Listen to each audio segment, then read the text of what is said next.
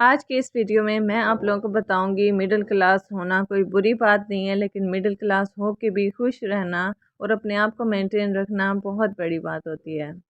मैं किस तरह अपनी छोटी-छोटी ख़्वाहिशें पूरी करके ख़ुद को खुश रखती हूँ और अपने आप को मेंटेन भी रखती हूँ। इस रमज़ान में ख़ास करके मैंने अपनी इफ्तारियाँ भी किस तरह अपनी मर्ज़ी से बनाई हैं, लेकिन बजट में रहते हुए बनाई हैं।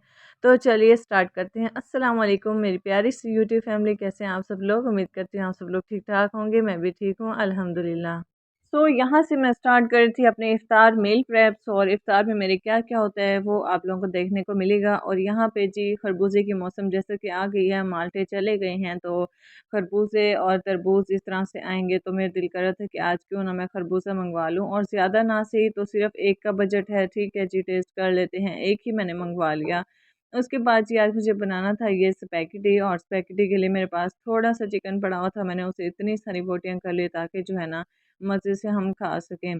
कई दिन हो गए हैं कुछ ने इस तरह से स्पाइसी बनाया था, तो आज दिल नहीं कर रहा था कि खाना वग़ैरह, क्योंकि मैं रोटी ज़रूर लेती हूँ अपने खाने में, तो आज दिल नहीं कर रहा था रोटी का। तो मैंने कहा स्पैगेटी से अपना काम चला लूँगी, और क्योंकि स्पैगेटी भी मेरे पास पड़ी हुई थी और जो है चिकन भी मेरे पास पड़ा हुआ था, तो इस तरह से जब मेरे पास पैसे होते हैं ना, बजट होता है हमारा, तो मैं एडवांस से चिकन मँगवा लेती हूँ और उसमें से अलग-अलग कर लेती हूँ, बोनलेस और जो बोन्स वाला होता है ना, दोनों अलग-अलग कर लेती हूँ।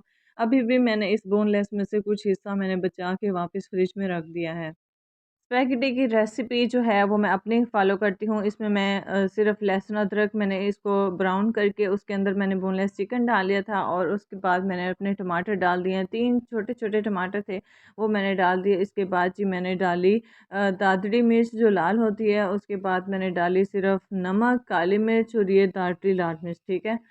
अच्छा सॉरी रोज़े से ना ऐसे हो जाता है, मुझे काफ़ी मसला हो रहा है, लास्ट टाइम कितनी बार मैंने वॉइस ओवर किया तो ऐसे हो जाता है। अच्छा टमाटर ना इसमें अच्छी तरह से जब हल हो जाते हैं, इतने में टमाटर हल होने तक ही हमारा बोनलेस जो चिकन है वो भी बन जाता है। साथ ही साथ मैंने ना स्पेगेटी भी अपनी बॉयल होने ठहरा दी थी। अच्छा अगर आप वक़्त से पहले आते हैं ना, आप अगर आप वक़्त पर किचन में एंटर होते हैं ना, तो वक़्त पर ये चीज़ें तैयार हो जाती हैं। मुझे आज बनानी थी स्पेगेटी, और इसके बाद मुझे बनाना था चिकन पकोड़े। मैंने ये सोचा कि आज चलो स्पैगेटी भी टेस्ट कर लेते हैं और इसके साथ ही चिकन के पकोड़े भी, क्योंकि दोनों चीज़ों में बोनलेस चिकन और बोनलेस चिकन ही मैंने उठाया हुआ था, और एक ही चिकन के साथ ना मैंने 2 डिशेज़ अपनी ट्राई करनी थी, और मैंने सोचा हुआ था कि आज मुझे बहुत मज़ा आने वाला है, आज मैं एंजॉय करने वाली हूँ अपने बजट में रह के। अच्छा ये केचप भी जैसे ही रमज़ान स्टार्ट हुआ था ना, तो ये मैंने मंगवा लिया था। क्योंकि उस टाइम ना बजट होता है आपके मंथ के स्टार्ट में भी, तो बाकी जो है ना रमज़ान के लिए थोड़ा बहुत तो इंसान रखता ही है ना, तो वो मैंने रखे हुए थे। अच्छा यकीन माने जब से रमज़ान स्टार्ट हुआ है ना, मैं आज ही कुछ इस तरह का बना रही हूँ, मैंने अब तक नहीं बनाया था, क्योंकि समोसे और दही भल्ले पकौड़े वगैरह खा के ना अब दिल भर गया था, तो आज मुझे ये बनाना था। अच्छा ये मैंने बॉयल करके रख दी थी एडवांस ही, तो इसके साथ ही इसमें से भी पानी वगैरह निकल चुका था, इतने में ये मेरे बन गए थे, और मैंने जो है ना उसको प्लेट में अपने डाल लिया। अच्छा जो है मैं आपको वन बाय वन दिखा रही हूँ, और ये स्पैगेटी जो है ना वो मैंने दस्तरखान पे नहीं रखी थी, क्योंकि हमने बाद में इस स्पैगेटी को खाया था नमाज़ वगैरह पढ़ने के बाद, और वैसे ही आप इसकी असल हालत देख लें। अच्छा ये मेरी अपनी रेसिपी है और इतनी मज़ेदार बनी थी, आप लोग ज़रूर ट्राई कीजिएगा। ये आपको मैं एक इंट्रोड्यूस कराती हूँ नई सी ड्रिंक, और मेरे पास माल्टे भी पड़े हुए थे लास्ट डेज़ के। अच्छा ये 1 दिन पहले का व्लॉग है जो कि मैंने आप लोगों के साथ शेयर किया। आज मैंने सोचा था कि अपना माल्टे का जूस बना लेती हूँ, इसके साथ अपना इफ्तारी करूँगी, और इतने मज़े का बना था ना आप यकीन माने। और इसमें से ना मैंने बीज निकाल लिए थे, ऐसे ही इसको ग्राइंड कर दिया था। मैंने थोड़ा ग्राइंड किया था, आप ज़्यादा ग्राइंड कर लेना, क्योंकि इसमें जो है ना इसका जो फाइब्रस मटीरियल है ना वो ज़्यादा इसमें डिसॉल्व नहीं हुआ था, कम इसको ग्राइंड करने की वजह से। तो आपने जो है ज़्यादा ग्राइंड कर लेना है, ताकि वो मज़ेदार सा जूस जैसे कि बाहर शॉप्स में मिलता है, उस तरह आप ओरिजिनल घर पे तैयार कर सकते हैं। और स्पेशली ये जो जब ठंडा हो एडवांस बना लें, इसको फ्रिज में रख दें या फ्रिज वाले माल्टे उठा लें, तो ठंडा-ठंडा जब आप ड्रिंक करेंगे ना तो बहुत मज़ा आएगा आपको। आटा तो मैं वैसे ही एडवांस में गूँध के रख देती हूँ, सुबह सहरी के लिए भी काम आना था, इस वजह से मैंने शाम को ही गूँध लिया था। इसके साथ ही मैंने रायता बना लिया था, क्योंकि चिकन पकोड़े के साथ जो है वो हमने ट्राई करने थे। चिकन पकोड़े भी ऐसे खाते हुए मज़ा नहीं आता, तो ये भी एडवांस से मैंने इसका बैटर बना के रख लिया था। घंटा 2 घंटे ये पड़े रहे थे, और उसके बाद जी मैंने जैसे अपने स्पैगेटी बना ली थी, उसके बाद मैंने ये बनाना। अच्छा ये जो पकोड़े होते हैं ना बिल्कुल एंड टाइम पे ही बनाए जाते हैं, क्योंकि अ ये ठंडे हो जाते हैं ना, तो इसलिए इनको फ्रेश फ्रेश खाने में ही मज़ा आता है। थोड़ा-सा ना इसमें से बेसन थोड़ा-सा साइड से गिर गया था, लेकिन नहीं, मुझे फिर भी बहुत बहुत टेस्टी लगे थे। बिल्कुल सिंपल सी रेसिपी, जो हम नॉर्मल जो मिर्च मसाले हम यूज़ करते होते हैं ना, तो वो थे। और इसके साथ ही मुझे आज चेक करना था कि मुझे ज्वेलरी ईद के लिए लेनी है या नहीं लेनी। तो ज्वेलरी लेने से पहले ना आप अपने इधर ब्यूटी बॉक्स में चले जाया करें, जहाँ पे हमारी इतनी सारी ज्वेलरी जमा होती है। तो मेरी ये कोशिश थी कि चलो इस बार ना ईद पे मैं ना ज़्यादा खर्चे नहीं करती, और सूट भी मेरे जो मैंने आप लोगों के साथ शेयर किए थे वो भी नहीं सिल सके अनफॉर्चुनेटली। और अब मुझे नेक्स्ट ड्रेस पहनना है, और उसके साथ मैं ज्वेलरी देख रही थी, अगर मेरी ज्वेलरी है उसके साथ मैच हो रही है तो मैं वही पहन लूँगी, मुझे एक्स्ट्रा नहीं लेनी।